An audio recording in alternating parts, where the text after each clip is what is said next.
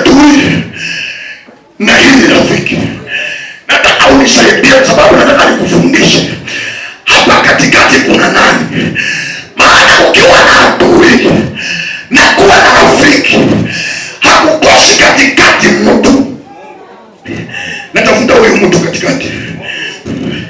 katikati ya adui na rafiki. Kuna mtu hapa anataka, kwa sababu hilo iko hapa, nataka hilo iwe na jina yake. Mtu wa Mungu aseme amen. Bwana Yesu asifiwe. Kanisa la Mungu, Bwana Yesu ainuliwe. Ninataka hii unipe jina hii. Kuna rafiki, kuna adui, na tena kuna mtu hapa namtaka.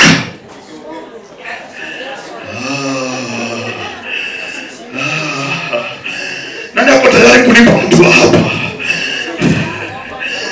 Yani nakambole kumulungu lino owena barina owena busu nivya undi owena le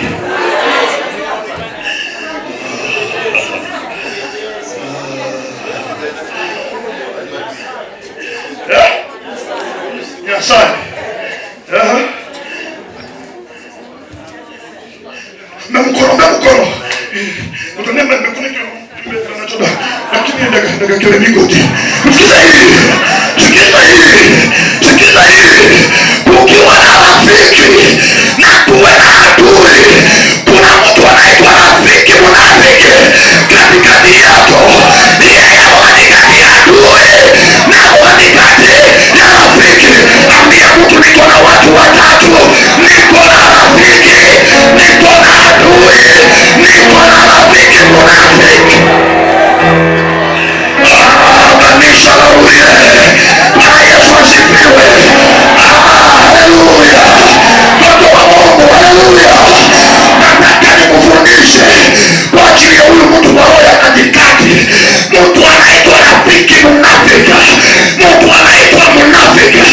Huyu ni mtu ajulikani.